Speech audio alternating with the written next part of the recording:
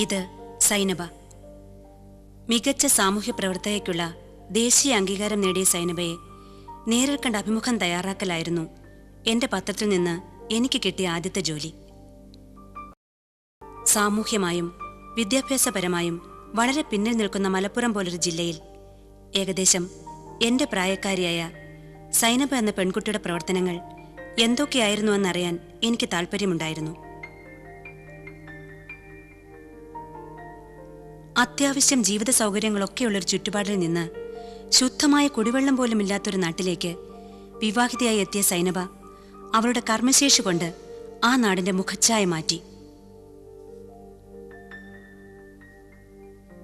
മലപ്പുറം ജില്ലയുടെ ഭൂപ്രകൃതി ഒരറ്റത്ത് കുന്നും മലകളും നിറഞ്ഞതാണെങ്കിൽ മറ്റേ അറ്റം കടലോര പ്രദേശമാണ്. അടിസ്ഥാനപരമായ വികസനങ്ങൾ പോലും എത്തിച്ചേർന്നിട്ടില്ലാത്ത പല പ്രദേശങ്ങളും ഇപ്പോഴും ഈ ജില്ലയിലുണ്ട്. ഈ പ്രദേശങ്ങളിലൂടെയെല്ലാം ഞാൻ നടത്തിയ സഞ്ചാരവും സൈനബ എന്നോട് പങ്കുവച്ച കാര്യങ്ങളും എനിക്ക് തീർത്തും പുതിയ അനുഭവമായിരുന്നു. വികസനോന്മുഖമായ ഒരു സമുദായത്തിലെ അംഗമായ സൈനബ തന്റെ പരിമിത പരിതസ്ഥിതിക്കുള്ളിൽ നിന്നുകൊണ്ടാണ് ഈ നേട്ടങ്ങൾ കൈവരിച്ചത്. 1 വർഷം മുമ്പ് നടന്ന വിവാഹത്തെക്കുറിച്ചുള്ള ഓർമ്മകളോടെ സൈനബ അവളുടെ കഥ പറഞ്ഞു തുടങ്ങി. ഒരു മെയ് മാസത്തിലായിരുന്നു എന്റെ നിക്കാഹ്. പുയ്യാപ്പിളന്റെ നാട് എന്റെ നാട്ടിന്ന് 1.5 മണിക്കൂർ ദൂരമുണ്ട്. ഒക്കെ മാറ്റങ്ങളായിരുന്നു ഇവിടെ. എന്തെല്ലായിരുന്നു മാറ്റങ്ങൾ? തോനെയുണ്ട്. പീടിക മുക്കിന്ന് ടാക്സി പിടിച്ചാൽ ഞങ്ങള് ഇവിടം വരെ എത്തൂല. ഒരു നാടിന്റെ 2 അറ്റാണെങ്കിലും എന്തൊക്കെയാ മാറ്റങ്ങള് കാണാനും അറിയാനും. വരുന്ന വഴിക്കെന്നെ അവിടെ ഇവിടെയും തമ്മിലുള്ള വ്യത്യാസത്തെ പറ്റി ഇക്ക എന്നോട് പറഞ്ഞുകൊണ്ടേയിരുന്നു.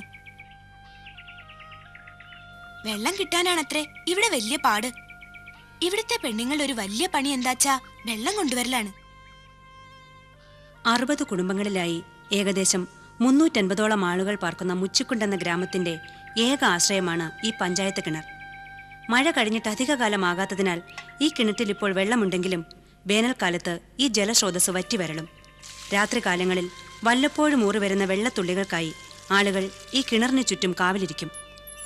അപ്പോഴത്തെ തങ്ങളുടെ പ്രയാസങ്ങൾ ഈ സ്ത്രീകൾ എന്നോട് പങ്കുവച്ചു. ഇവിടെ നേരം പുലർന്ന് വൈകുന്നേരം വരെ ഒരു 8-10 പാളയം കയറിട്ടിട്ട് ഞങ്ങൾ 2-3 മണിക്കൂർ നേരമൊക്കെ കാത്തിരിക്കും. അങ്ങനെ കാത്തിരിക്കുന്ന സമയത്ത് എല്ലാവരും കൂടെ ഒരുമിച്ച് വെള്ളം കോരിയാൽ ഒരു കുടം വെള്ളം കിട്ടുന്നവരുണ്ട്. ചിലർക്ക് അരക്കുടം വെള്ളമേ കിട്ടുള്ളൂ. അങ്ങനെയൊക്കെയാണ് സ്ഥിതി. പിന്നെ കുളിയില്ല, നനയില്ല. ഇപ്പം തന്നെ തുടങ്ങി 4 ദിവസം 5 ദിവസം കൂടിയിട്ട് ഒരു ദിവസം കുളി. ഞാൻ ഇപ്പം മിഞ്ഞാന്ന് 4 നാൾ കുളിച്ചിട്ട് ഇന്നലെ കുളിച്ച് കുളിയില്ല. അങ്ങനെയൊക്കെയാണ് ഇവിടെ വെള്ളത്തിൻ്റെ ബുദ്ധിമുട്ട്, അല്ലാത്ത ഒന്നുമല്ല. വീട്ടിൽ നിന്ന് വെള്ളം കോരാൻ ഇറങ്ങിത്തിരിച്ചാൽ കുളിയും വസ്ത്രം കഴുകലും കുട്ടികളെ കുളിപ്പിക്കലുമെല്ലാം കിണറ്റുകരയിൽ തന്നെ. കുളിയൊക്കെ കഴിഞ്ഞ് കിലോമീറ്ററുകളോളം നടന്ന് ഓരോ കുടം വെള്ളവുമായി തിരിച്ച് വീട്ടിലെത്തുമ്പോൾ വീണ്ടും കുളിക്കേണ്ടി വരുന്ന പരിതാപകരമായ അവസ്ഥ. അതികഠിനമായ ജലദൗർലഭ്യം അനുഭവിക്കുന്ന നെടിയിരുപ്പ് പഞ്ചായത്തിലെ ഒരു താൽക്കാലിക ജലസ്രോതസ്സാണ് ഈ നീരുറവ. മഴ കഴിഞ്ഞ കുറച്ചു നാളുകളിൽ ഈ കാട്ടുചോല നെടിയിരുപ്പ് നിവാസികൾക്ക് വലിയൊരനുഗ്രഹമാണ്. അതിരാവിലെ തന്നെ വീട്ടുജോലികളെല്ലാം തീർത്ത് അമൂല്യമായ ജലം ശേഖരിക്കാൻ അവരെത്തുന്നു.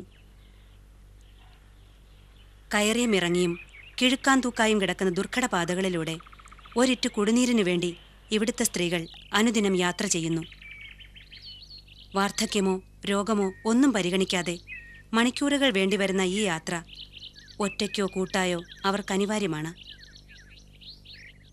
ചുരുക്കത്തിൽ ആദ്യത്തെ ദിവസം തന്നെ സൈനുവല്ലാതെ പേടിച്ചിട്ടുണ്ടാവൂല്ലേ ഈ വെള്ളമൊന്നുമില്ലാത്ത സ്ഥലത്ത് വന്നിട്ട്?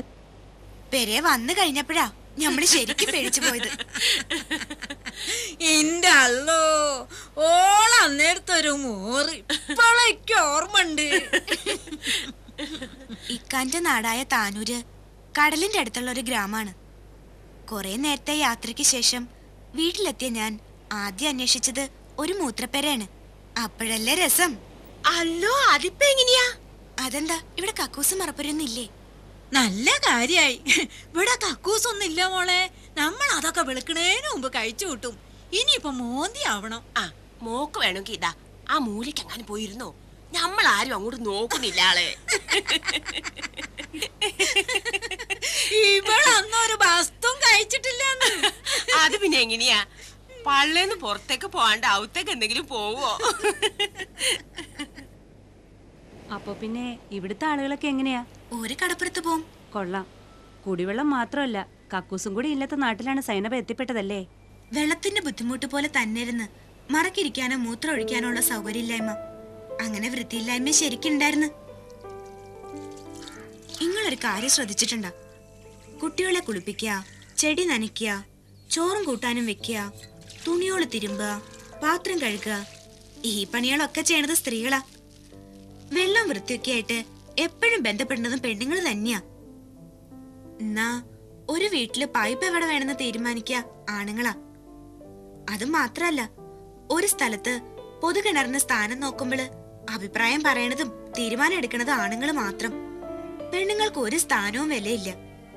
തീരുമാനം എടുക്കുന്ന കമ്മിറ്റികളിലൊന്നും സ്ത്രീകൾ ഉണ്ടാവാറില്ല. കല്യാണം കഴിച്ചോണ്ട് വരുമ്പോ കക്കൂസൊന്നും ഇല്ലാത്ത സ്ഥലത്തേക്ക് കൊണ്ടുവരുന്ന അറിയില്ലായിരുന്നോ? അറിയായിരുന്നു.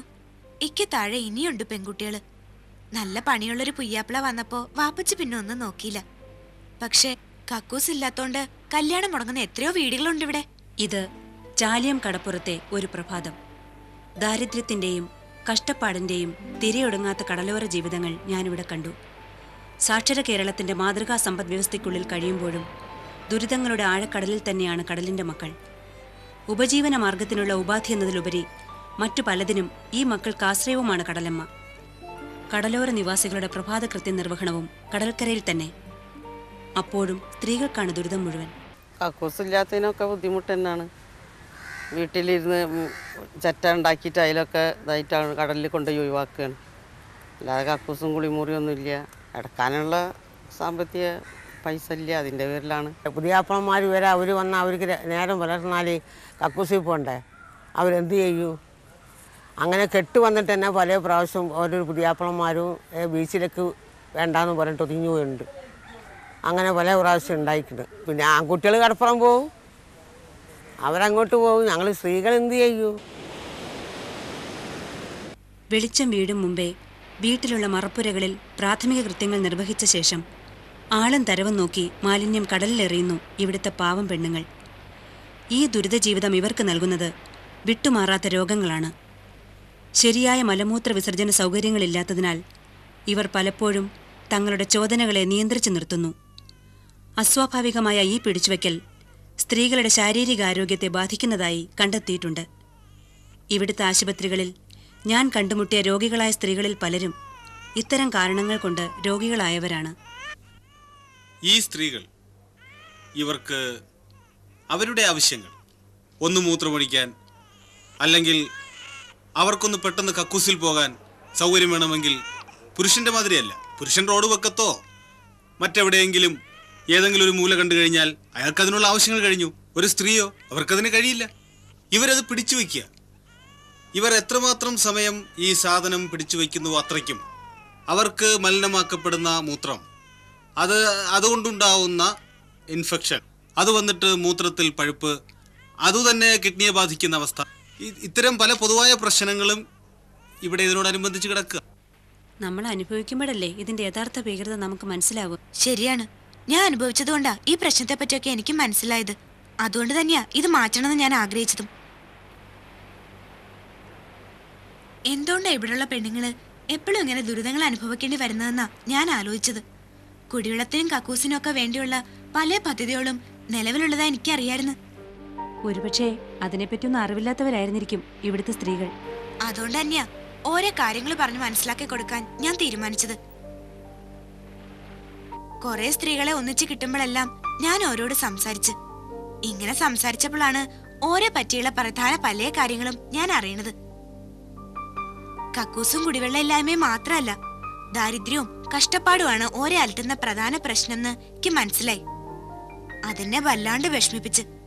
ശരിക്കും പറഞ്ഞ ഈ സ്ത്രീകളുടെ ദുരിതങ്ങളാ മുഴുവൻ സമയം ഓർക്കു വേണ്ടി പ്രവർത്തിക്കാൻ എന്നെ പ്രേരിപ്പിച്ചത്. ഞാൻ അവരെ ഒന്നിപ്പിക്കാൻ ശ്രമിച്ച് പല മീറ്റിങ്ങുകളും സംഘടിപ്പിച്ച് സ്വന്തം ആവശ്യത്തിനു വേണ്ടി അവനവൻ മുമ്പിലിറങ്ങേണ്ടതിന്റെയും ഒരുമിച്ച് നിൽക്കേണ്ടതിന്റെ ആവശ്യം ഓർക്ക് ബോധ്യപ്പെട്ട് എന്താ ചെയ്യേണ്ടത്, എവിടെയാണ് തുടങ്ങേണ്ടത് എന്നൊക്കെ പറഞ്ഞു തരാൻ ഇങ്ങനെ പ്രവർത്തിക്കുന്ന സംഘടനയുടെ ആൾക്കാരെ ഞങ്ങൾ കൊണ്ടുവന്ന് സ്ത്രീകളെ സാമ്പത്തിക സ്വാതന്ത്ര്യം ഉള്ളവരാക്കാൻ സഹായിക്കണ ലഘു നിക്ഷേപ പദ്ധതികളെ പറ്റിയും വലിയ വിദ്യാഭ്യാസമോ മുതൽ മുടക്കോ ഇല്ലാണ്ട് തന്നെ ഏർപ്പെടാവുന്ന തൊഴിലുകളെ കുറിച്ചും ഓര് ഞങ്ങൾക്ക് പറഞ്ഞു തന്ന്. സ്ത്രീകൾ സ്വതന്ത്രരും സാമ്പത്തിക സ്വാശ്രയത്വമുള്ളവരുമാകണമെങ്കിൽ അവർക്ക് സ്വന്തമായൊരു വരുമാനം ആവശ്യമാണ്. സ്വന്തമായൊരു തൊഴിലിലൂടെ ഈ വരുമാനം കണ്ടെത്താനുള്ള സ്വാശ്രയ സംഘ പ്രവർത്തനങ്ങളാണ് ഇവിടെ നടക്കുന്നത്. ഉന്നത വിദ്യാഭ്യാസ യോഗ്യതകളോ ഉയർന്ന മുതൽമുടക്കോ ഇല്ലാതെ തന്നെ പാവപ്പെട്ട സ്ത്രീകൾക്ക് പങ്കുചേരാൻ പറ്റുന്ന ഇത്തരം നിരവധി തൊഴിൽ സംരംഭങ്ങൾ ഞാനിവിടെ കണ്ടു. പരമ്പരാഗതമായി പുരുഷന്മാർക്കെന്ന് പറഞ്ഞു വച്ചിട്ടുള്ള പല തൊഴിൽ രംഗങ്ങളും സ്ത്രീകൾക്കും തൊഴിൽ സാധ്യതാ രംഗം തന്നെയെന്ന് ഇവർ തെളിയിക്കുന്നു. കെട്ടിട നിർമ്മാണം പോലെയുള്ള പല പാരമ്പര്യേതര മേഖലകളിലും സ്ത്രീകളെന്ന് വിജയം വരിച്ചിട്ടുണ്ട്. സ്ത്രീകൾക്ക് തൊഴിൽ പരിശീലനം നൽകുന്നതിനുള്ള വ്യാപകമായ സൗകര്യങ്ങൾ ഇന്നുണ്ട്. ഇഷ്ടിക, അടുപ്പ്, കക്കൂസ്, വാട്ടർ ടാങ്കുകൾ ഇവയുടെ നിർമ്മാണം പൂർണ്ണമായും സ്ത്രീകൾ മാത്രമടങ്ങുന്ന ഗ്രൂപ്പുകൾ ഇന്ന് വിജയകരമായി നടത്തുന്നു. തൊഴിലാളികളായിട്ടല്ല, തൊഴിൽ സംരംഭകരായി ജോലി ചെയ്യുന്നതിന്റെ സന്തോഷവും സംതൃപ്തിയും ഈ സ്ത്രീ മുഖങ്ങളിൽ ഞാൻ കണ്ടു. ലാഭം തത്തുല്യമായി വീതിച്ചെടുക്കുന്ന കൂട്ടുടമസ്ഥാവകാശമുള്ള സ്ഥാപനങ്ങളാണ് ഇവയിൽ പലതും.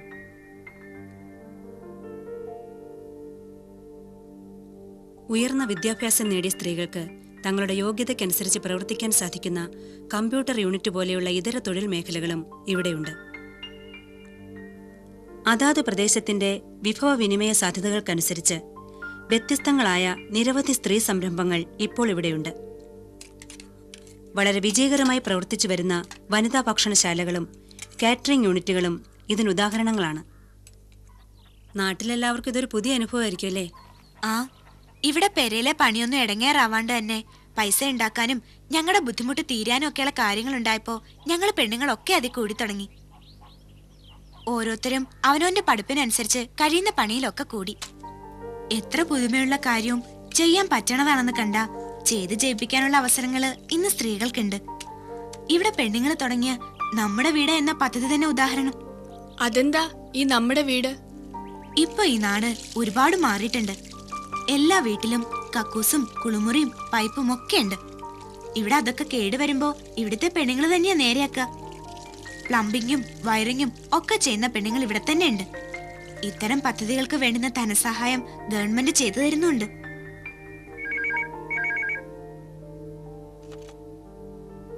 ഹലോ, അതെ, നമ്മുടെ വീടാണ്.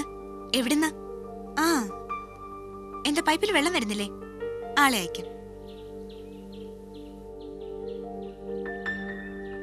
അപ്പോ സൈനുവിന്റെ പ്രവർത്തനങ്ങൾ കൊണ്ട് നാടിന് നല്ല ഗുണങ്ങൾ ഉണ്ടായിട്ടുണ്ടല്ലോ. ഇപ്പൊ ഈ നാട് പഴയ മട്ടൊന്നുമല്ല, ഒരു മൊഞ്ചത്തി പെണ്ണാണ്. ഒക്കെ വിള എന്റെ സൈനുവിന്റെ കൈവാ. ഏയ്, ഞാനല്ലെങ്കില് വേറെ ഏതെങ്കിലും ഒരു പെണ്ണ്. നമ്മള് പെണ്ണുങ്ങള് വിചാരിച്ച നാടിന് പറ്റുന്ന പലതും ചെയ്യാൻ പറ്റും. ഞാൻ ഈ സൈനുവിന്റെ ഒരു ഫോട്ടോ എടുക്കാണേ. സൈനുവിന്റെ ഫോട്ടോ മാത്രമേ പിടിക്കുള്ളൂ. പേപ്പറിലിടാനല്ലേ, നമ്മളെ ഫോട്ടോ കൂടി പിടിച്ചോളി. സൈനബയുടെ പുത്തൻ ആശയങ്ങളും പ്രവർത്തന രീതികളും ഈ ഗ്രാമത്തിന് വരുത്തിയ പരിവർത്തനം അനേകം സ്ത്രീകൾക്ക് പ്രേരകമാവുമെന്നും അതുവഴി അനേകം ഗ്രാമങ്ങൾ പുരോഗതി കൈവരിക്കുമെന്നും പ്രത്യാശിച്ചുകൊണ്ട് ഞാൻ ഈ അഭിമുഖം പൂർത്തീകരിക്കുന്നു. നേട്ടത്തിന്റെ പെൺസ്മിതങ്ങൾ.